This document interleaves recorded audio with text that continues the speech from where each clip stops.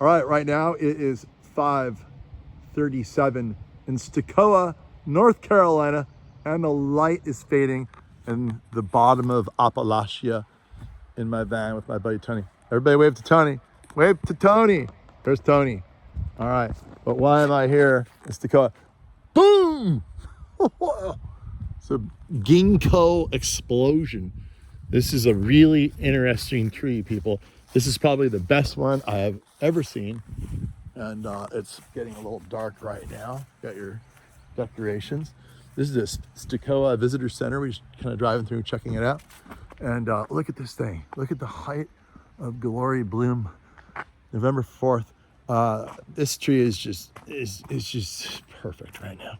Anyway, but this is a really interesting tree. This is the most ancient tree there is, going back unchanged for over 200 million years. Some think as much as almost 300 million years. It has a butterfly-shaped leaf, as you see, that fans out. They don't even know if the tree exists in the wild anymore or not. They do know that some monks in the Tibetan plateau have preserved this tree over centuries and like really almost millennia. And they think that they've found some trees that are older than the towns where they exist, as much as 1,500 years old.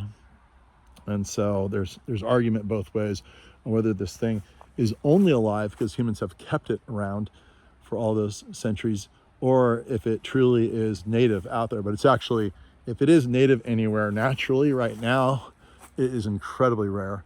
But you can see what it does in fall. It gets this just iridescent yellow to it.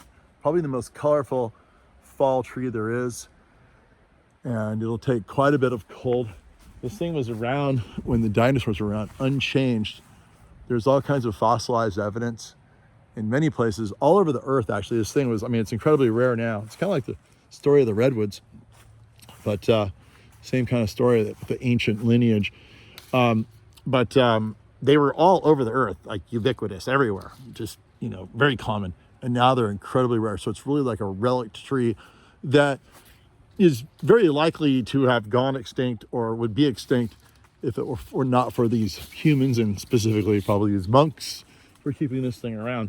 There's a lot of religious connotation to this tree because it's sort of native. They think they found some trees in the Tibetan plateau that are native, or they're so-called native. But you can see this one's probably got a caliper of about maybe 2.5 feet, 30 inches or so. And it's probably about 40 feet tall. I'd say maybe 30 feet wide.